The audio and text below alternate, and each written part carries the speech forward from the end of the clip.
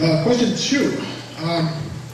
Answers to a District 4 survey indicated that even though District 4 is the most densely populated and most affordable district in the city of Austin, affordability is still a top concern for the district. That may be because affordable is a relative term to people's living situation, whether they are renters or homeowners, caring for dependents, and on a fixed income or earning wages in the workforce. What solutions would you seek to improve affordability in District 4 and throughout Austin? Okay, so as you mentioned, affordability, in my view, goes way beyond housing. It's housing is a big component of it, and I think District 4 is certainly one of the few areas in Austin where there still are pockets of affordability, and I think we need to work very hard to preserve that. But transportation is a big piece of affordability as well. We've already talked about some of the ways to address that. Channeling development along core transit corridors where we already have public transportation infrastructure is critical, ensuring that we have enough housing to keep the housing affordable. Those are important things. And looking at revitalizing parts of District 4 that need significant revitalization, but being very, very careful in that undertaking to not gentrify the area in a way that results in pricing us out of our homes for the people who've lived there for a long time. I also want to phase in a full City of Austin homestead exemption. Other taxing jurisdictions in this area have one. We've not done that, and I think that we can phase one in a responsible way that will give homeowners some relief to property taxes as well. And also, I want to see a streamlined permitting processes. As our family needs change and families grow, we need to be able to expand these smaller homes in a way that lets people stay in Austin, close to downtown. And I've gone through this myself, having to move my father into my home. It's very difficult and costly, and I want to see, it shouldn't be that difficult for people to live in Austin. The city is responsible for upholding the Fair Housing Act, and unfortunately they have not been following through on that. Earlier this year, a complaint was filed against the city by different groups, NAACP, the Texas Civil Rights Project, I believe, and a couple of other groups I can't remember off the top of my head, and a couple of citizens. I happen to be one of those who is filing against the city for their failure to uphold that. And we've seen small victories along the way, such as the source of income, the city council just the other day. There's a lot of things that go into affordable housing. The one that I've really been promoting myself for a couple of years now is the use of public land.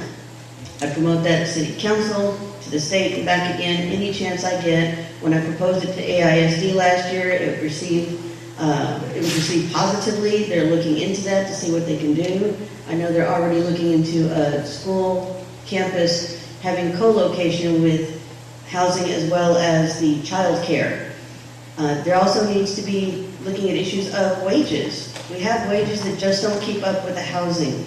So part of what I support is increasing minimum wage. Obviously, city council can't do it for the whole city, but they can start with city staff. We need to have at least a $12 to $15 minimum wage, including companies that contract with the city. And then having a relationship with the business community to encourage them to raise the minimum wage that they pay as well. Affordable housing in Austin is really a supply and demand. One of the things you have to look at is we have to get a bigger supply. Okay.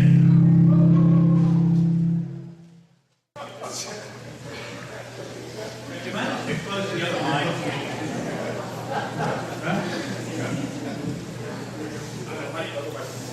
The other microphone?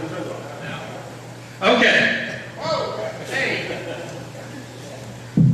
I just live in a bad spot. That's all it is. Okay. As I'm saying, affordable housing is a supply and demand. We have to get the supply up because we've got all these people moving to Austin. We have a limited number of houses. The apartment rental in Austin right now is 97%. They can charge whatever they want. We have to get more houses built. Unfortunately, District 4 does not have a lot of green space that is really usable for. A lot of the houses, spaces that we have are floodplain or other problems to it. The other thing is We need to make the city of Austin more responsible. The city of Austin costs more money to do anything in than anything else in the state. I've talked to developers, they will say they'd rather go to San Antonio, Houston, because they can go in, get their permits to develop in 60 days, 6 months, and it'll take over 2 years for anything to happen. Austin is one of the most expensive cities to build in. The other thing is we have to bring down taxes. I disagree with this young lady next to me, because everything that she's proposing will help us raise our taxes, which will turn around and cause us the housing to be up more expensive. Because I don't know about you, my taxes went up, it cost me over $3 a day, now it's more in my proposed tax rate to live in my house. And I have 15 seconds and I can't get to another thought in there. Affordable housing is going to be vital for the whole city, especially District 4. One of the first things that I would do, priority number one would be appraisal tax reform. Appraisal tax reform needs to be done statewide to help City of Austin as well as the whole state. We need to get involved with our state officials to make sure this happens in the 2015 legislative year and make that our number one priority in our agenda for this upcoming when we hire lobbyists to lobby on our part. Number two, 20% homestead exemption. That can relieve 73,000 homes immediately at a median household cost of $200,000. Number three is we need to still overlook the $65 million housing bond that passed last year. Make sure we still continuing going forward with transparency, making sure we're building appropriate housing all over Austin, and making sure that we continue to get grants with state and federal for more affordable housing. Also, the drainage fee would be big for the renters. $9 to $10 a month for a whole year is $100. The city went to court and the courts told the city it is illegal for you to be charging a $9 to $10 drainage fee cost to renters and homeowners. That's a big fee, $100 for a renter, and that money can go somewhere else for that renter to be able to live a better life. And that's one of the things that I would do to change from the city council.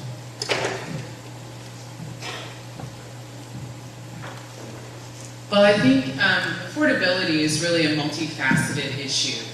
On the one hand, I would say from a housing perspective, in District 4 we do have the largest stock of affordable housing. I think that we need to work very hard to increase that housing. We have a large percentage of renters in Austin and definitely in District 4. The average rent in Austin is $1,154, which translates into about $150,000 mortgage. And that price point is what's missing in our city. We have so many people renting because a lot of those people cannot afford to buy. We need to, as a city, try to incentivize the building of homes in the $150,000 to $200,000 price range so people who are renting but should be owning can move into that category. Last year was one of the first years that the average salary in Austin went down and the average home price went up. If we don't do something to improve the potential for earning in the city, that is going to continue to be a mismatched equation. I think we really need to invest in not only job training for people who are currently in the workforce, but also come up with options for our young people that are in high school now who are not college bound, so that when they graduate, they're able to enter the workforce and get a salary that is going to be able to afford a livelihood. And we also need to address things like utilities and fees. We are paying more in fees than for water and the actual electrical. So I have about an hour for this question, but I'll put it 90 seconds. To start addressing the issue of affordability, we need to look at reducing the cost of living in the city. And as they've echoed, there's different things that we need to do. Some of the things that we need to address, or I would address, is property taxes, starting with commercial properties, the Homestead Protection Act, making sure that we can phase something in for homeowners. Streamlining the permitting process. That's probably one of the biggest things that we have an issue here in the city is the permitting process. Utility costs, we also need to look at utility costs. Where are those costs coming from and what are those things on our bill? Sometimes we don't even look at our bill, we just pay the bill. I think we just don't notice that. We need to also address transportation, and we talked about transportation earlier, making sure that we can reduce that to make it more affordable. We also need to be part of the mechanism to increase income for individuals who are not making enough income. Workforce development to meet the needs of the employers here in Austin. The last 4 years, I've been working with individuals through training to provide them with training to increase their income. So I work with the hardest to work population, which include ex-offenders, homelessness or homeless people, people who are underemployed, people who lack education, people who lack training. And through those trainings that we're able to offer them, we are able to increase their income to above $15 an hour. Affordability is really critical here in Austin, and I want to talk about 3 things that are short-term, middle-term, and long-term solutions for our city. First thing is a 20% homestead exemption. I've been talking about this for several years, and what differentiates me from the rest of the candidates is I know how to pay for it. I've been working on this for years, and I need you to put me on city council to make it happen. How we pay for this is cut those subsidies to big corporations. It's time. We need the tax relief instead of them. That's number one, and that's short term. The state allows it right now. We could do that today, and we cut those subsidies, we can make it happen. Second thing is more middle term, and it's utility fees. It needs a little work. There are some fees on our utility bill. If you look at it, it's about 30 to 40% of our bill. And there's some ways we can change that. So I want to work on that. The drainage fee is a big one. There's some things we could do with that, be creative, and we could fix that one and get that one reduced. Also, prevent gentrification long-term in our district. If you look at what's happened, I've been here 26 years and I've seen this pattern.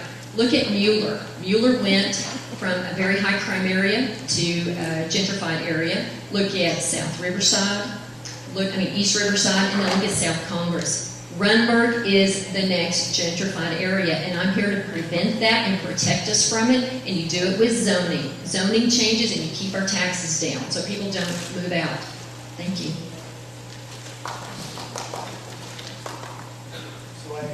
I agree with many others here that we do need to make sure we have adequate supply of housing to allow for competition amongst landlords to make sure that rental housing prices as well as valuations on our own homes are controlled and maintained. But also, I'd like to talk about 2 sort of separate parts of the affordability conversation. One is the cost of government and services, and then second is having political backbone so that we ensure that private industry, as Austin's economic engine continues to run, shares prosperity more broadly. So first, around the cost of government and services, many folks have been advocating for a homestead exemption.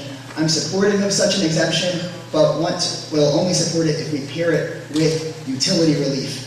For example, with the same $36 million that would be required for a 20% homestead exemption, we could actually fund an 8% homestead exemption and put the rest in utility bill relief that's targeted at those from low to moderate incomes. And the median person in District 4, if they're a homeowner and own a median home, would save over $300 under such a plan, as opposed to just $200 under a 20% homestead exemption.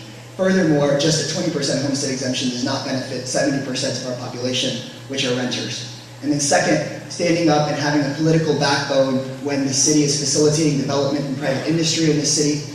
I'll show you an example is at 2nd and San Antonio, where the old TC Green plant stood. A developer purchased that land, and because of work that environmental groups and labor groups did, we got better jobs, higher wages, and affordable housing there.